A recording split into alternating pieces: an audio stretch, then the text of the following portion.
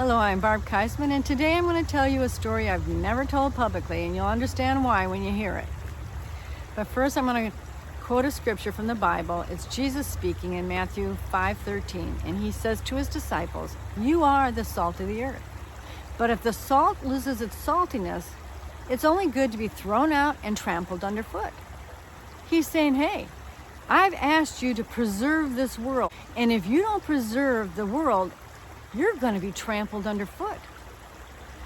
So anyway, years ago, the Lord moved us into a drug neighborhood. We didn't know it at the time, but lo and behold, we moved into the party neighborhood. Every night there was a party. And sometimes I'd have to call the cops at 11 o'clock, 1 o'clock most nights, and sometimes at 3 a.m. in the morning. This went on for years, and the Lord had shown me how He wanted me to act. He wanted me to confront, and He wanted us to minister. So we threw parties for the kids, we fixed bicycles, but then we confronted those badly behaved adults. And I remember one time coming home from a walk, and I'm like, Lord, this feels dangerous. I mean, we're in a drug neighborhood with drug dealers, and my kids live here. And when we approached the house, I seen an aura over my house. I go, okay, you're protecting us.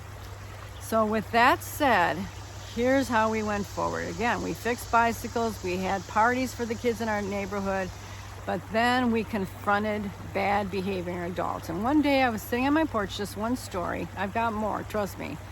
It was a whole lifetime of confrontation. I'm sitting on my porch on a summer afternoon, and this cargo van starts to go by my house. And on the passenger side, a man who's like 300 pounds puts half his body out and he shakes his fist at me. I'm like, whoa, I wonder what I did to him.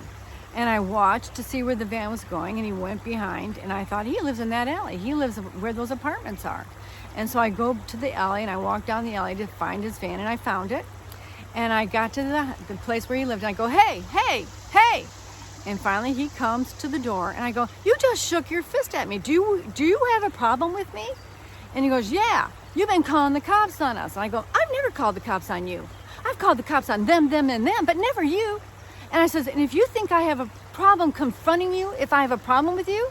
And he goes, no, ma'am. I go, fine, because I'll confront you if I have a problem with you. And you let me know if you have a problem with me. And that was it. And then I walked home, and it was over with. If we're not the salt of the earth, we are going to be trampled underfoot. Today, Christians are on the hit list in this country, in the school systems, in our neighborhoods, in our homes, and in our country. And I know it's scary. It can be scary to speak out and to confront people. But if we don't, Jesus said, if we don't start preserving our countries and our homes and our families, we are going to be trampled underfoot. I've seen it happen. I've seen it happen, and we're seeing it happen. This is a warning, and Christians need to wake up, or they're going to lose the life that they desire, the life of righteousness. So find out what you're supposed to be doing. Jesus said we're all supposed to be the salt of the earth. I didn't try and move out of that neighborhood. God called me to where I'm at today. I did not ask to move out of that neighborhood. We lived there for 30 years, and we were the policemen of the neighborhood. And I've had several kids come back and thank me for what we tried to do.